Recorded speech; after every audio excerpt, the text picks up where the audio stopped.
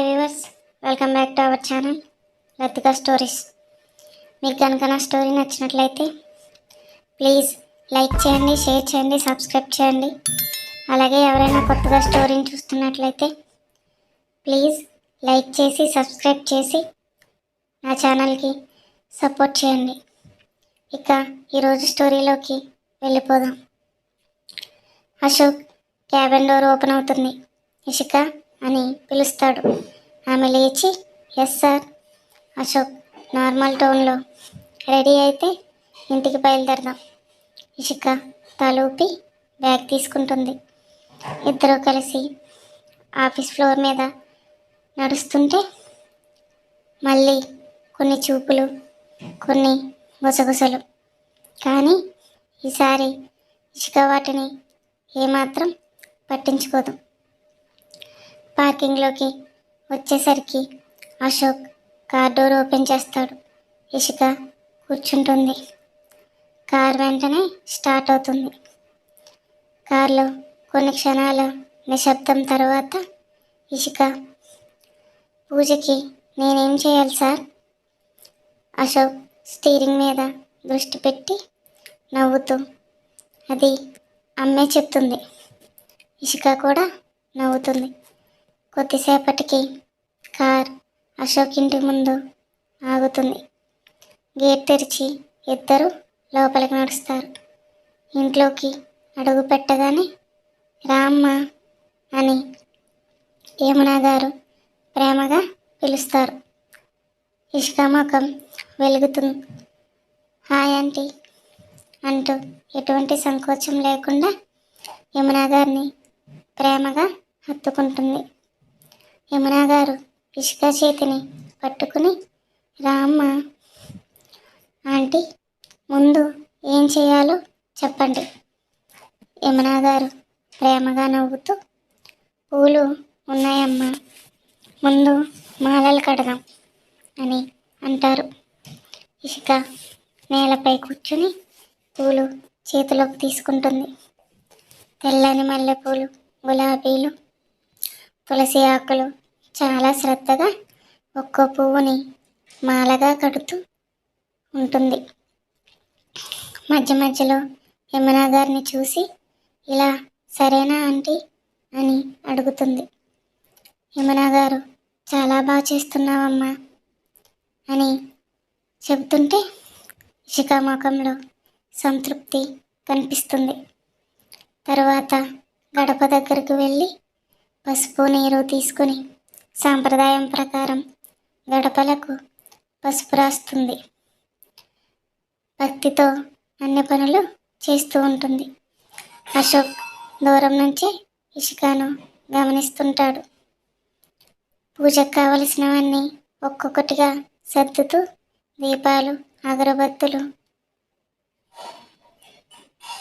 ఇషిక ఏ పని చేసినా తనదైన శ్రద్ధ, తనదైన నెమ్మదితనం. యమున గారు ఇషిక తలపై చేయి వేసి, చాలా సంతోషంగా ఉందమ్మా, నువ్వు వచ్చినప్పటి నుంచి ఇల్లు కలతో నిండిపోయినట్టుంది. ఆ మాటలు విన్న ఇషిక చిన్నగా నవ్వుతుంది. పూజా సామాన్లన్నీ సర్దుతూ యమున గారు ఒక్కసారిగా ఆగిపోతారు. అయ్యో అని తలపై చేయి వేసుకుంటూ, ఇవేలా మర్చిపోయాని అని అనుకుంటారు. ఇషిక వెంటనే దగ్గరకు వచ్చి, ఏమైంది ఆంటీ అని అడుగుతుంది.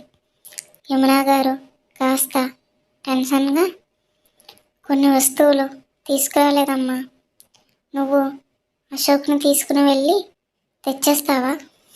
ఇషిక, మీరు కంగారు పడకండి ఆంటీ, లిస్ట్ ఇవ్వండి చాలు. యమున గారు రిలీఫ్గా నవ్వుతూ చిన్న లిస్ట్ రాసి ఇషిక చేతికి ఇస్తారు. ఆమె అశోక్ దగ్గరికి వెళ్ళి, అశోక్, ఇషికతో కలిసి ఇవి తీసుకొచ్చేరా. అశోక్ తల ఊపుతూ ఇద్దరు కలిసి బయలుదేరతారు. ఆఫీస్కి చేరుకున్న అభి తన క్యాబిన్ డోర్ను క్లోజ్ చేసి చేతిలో ఫోన్ గట్టిగా పట్టుకుని ఒక నెంబర్కు డయల్ చేస్తాడు. కాలు కనెక్ట్ అవ్వగానే, నువ్వేం చేస్తావో నాకు అవసరం లేదు. కొద్దిసేపు అవతలి మాట వింటూ కళ్ళను బిగించుకుంటాడు. రేపు ఏం జరిగినా సరే అది తప్పించుకోకూడదు. డెస్క్ మీద చెయ్యి బిగిస్తూ, డబ్బు కావాలా? ఎంత కావాలంటే అంత ఇస్తా, కానీ పని జరగాలి అని చెప్పి కాల్ కట్ చేస్తాడు.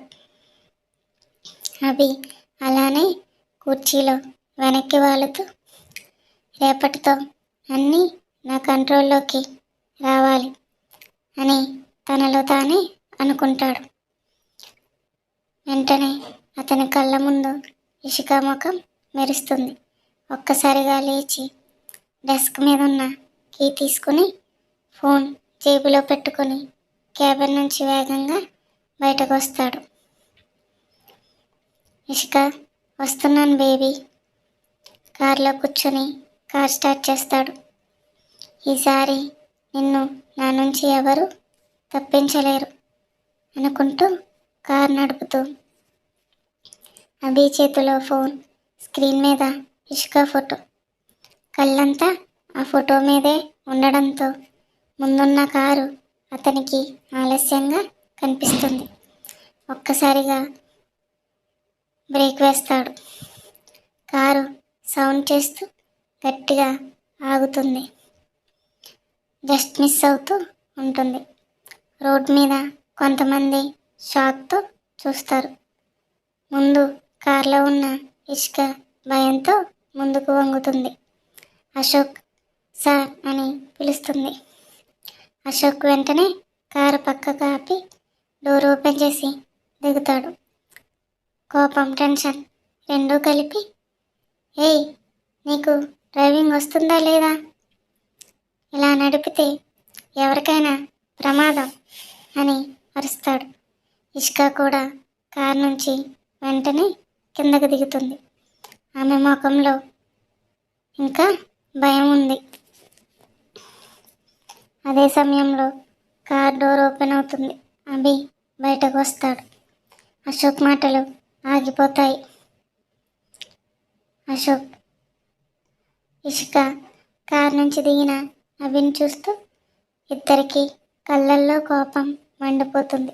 అభి మాత్రం ఇషిక దగ్గరికి వచ్చి, హే బేబీ, నీకోసమే నేను వచ్చా, నువ్వే ఎదురొచ్చావు అంటే ఇది విధి కదా. ఇషిక ఒక్క అడుగు వెనక్కి వేస్తుంది. కానీ అభి మాటలు ఆగవు. నువ్వు, నీ బాయ్ ఫ్రెండ్ నా లైఫ్ నాశనం చేసి ఇప్పుడు హ్యాపీగా షికార్లు తిరుగుతున్నారా అని అంటూ ఉండగా అశోక్ ఒక్కసారిగా ముందుకు వచ్చి అభి ఛాతీ మీద గట్టిగా చేపెట్టి అతన్ని అక్కడికక్కడే ఆపేస్తాడు. Whole your tongue. పిచ్చి పిచ్చిగా వాగితే ఇక్కడే చంపేస్తాను. అభి ఒక్క క్షణం షాక్తో, ఏంట్రా, నన్నే బెదిరిస్తున్నావా?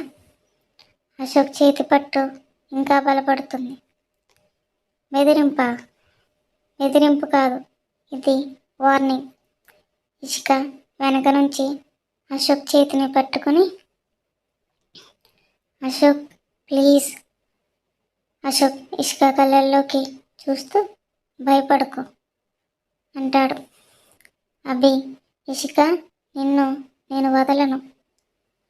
ఇషిక ముందుకు వచ్చి సూటిగా, అభి, నువ్వు నన్ను ప్రేమించలేదు, నన్ను నీ స్వార్థానికి బలి చేయాలనుకున్నావు. అశోక్ అభిని వదిలేస్తూ, ఇక్కడి నుంచి వెళ్ళిపో.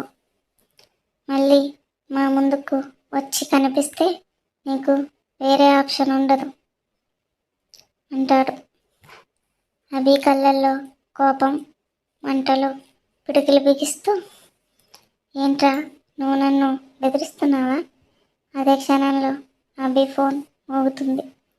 ఆ స్క్రీన్ చూడగానే అభి ముఖంలో ఉన్న కోపం కాస్త ఆందోళనగా మారిపోతుంది. ఫోన్ ఎత్తి, హా, ఇప్పుడేనా? సరే సరే అని తడబడుతూ ఫోన్ మాట్లాడుతూ ఫోన్ కట్ చేసి అశోక్ వైపు ఇషిక వైపు చూస్తూ, ఈరోజు కాదు మీ సంగతి, నేను తర్వాత చూసుకుంటా అని పళ్ళు కొరుకుతూ కారెక్కి వేగంగా వెళ్ళిపోతాడు. అభి కారు దూరం అయ్యే వరకు ఇషిక అశోక్ వైపు తిరిగి, ఆ ఫోన్ ఎవరిది? అభి అంత టెన్షన్ ఎందుకు పట్టాడు? అశోక్ కూడా కళ్ళను సన్నగా చేసి వెంటనే ఆలోచనల్లో పడతాడు. ఏదో పెద్ద విషయం లేకపోతే అభి ఇలా వెనక్కి తగ్గడు. అభి మళ్ళీ ఏదో చేస్తున్నాడు అని ఇషికకు మనసులో ఒక చిన్న భయం. వెంటనే, అశోక్ సార్, ఇది మళ్ళీ సమస్య అవుతుందా? అశోక్ ఆమె వైపు చూసి, ఏం జరిగినా నువ్వు ఒంటరిగా మాత్రం లేవు. ఆ మాటలు ఇషిక గుండెల్లో కొంచెం ఊరటనిస్తాయి. కార్ మళ్ళీ స్టార్ట్ అవుతుంది. ఇషిక, అశోక్ స్టోర్కి వెళ్ళి పూజకు కావలసిన అన్ని సామాన్లు జాగ్రత్తగా తీసుకుంటారు. ఇషిక ఒక్కొక్కటి లిస్ట్తో చెక్ చేస్తూ, ఏది మిస్ కాకూడదు సార్ అని చాలా కేర్గా చేస్తుంది. తిరిగి ఇంటికి చేరుకున్నాక యమున గారు అన్ని సామాన్లు చూసి, అన్నీ కరెక్ట్గానే ఉన్నాయమ్మా. ఇషిక నవ్వుతూ, ఇక నేను వెళ్తానంటీ అని అంటుంది. యమున గారు ప్రేమగా, సరే అమ్మా, పొద్దున్నే వచ్చే పూజ స్టార్ట్ అయ్యేలోపు నువ్వు ఇక్కడ ఉండాలి. సరే ఆంటీ అని తల ఊపుతుంది ఇషిక. అశోక్, ఒక్కదానివే ఎలా వెళ్తావు? నేను ఆశ్రమం దగ్గర డ్రాప్ చేస్తాను. ఇషిక కొంచెం రిలీఫ్గా ఫీల్ అవుతుంది. ఇంకోవైపు అభి ఎవరు లేని నిర్మానుష్యమైన ప్రాంతంలో అక్కడే ఎదురు చూస్తున్న ఒక మనిషి దగ్గరికి వెళ్ళి ఒక బ్యాగ్ అతని చేతిలో పెడతాడు. అభి, మనం అనుకున్నట్టే అన్నీ జరగాలి. ఏ చిన్న తేడా వచ్చినా ఈ భూమి మీద నువ్వు ఉండవు అని గట్టిగా వార్నింగ్ ఇస్తూ ఉంటాడు. ఆ వ్యక్తి మాత్రం ఏమాత్రం తడబడకుండా, సార్, ఇలాంటివి చాలాసార్లు చేశాం, మీరేమీ టెన్షన్ పడకండి, అన్నీ నేను దగ్గరుండి చూసుకుంటా అని చెప్తాడు. అభి అక్కడి నుంచి వెంటనే కార్ స్టార్ట్ చేసి వెళ్ళిపోతాడు. ఆ మనిషి బ్యాగ్ ఓపెన్ చేసి గట్టిగా నవ్వుతూ ఉంటాడు.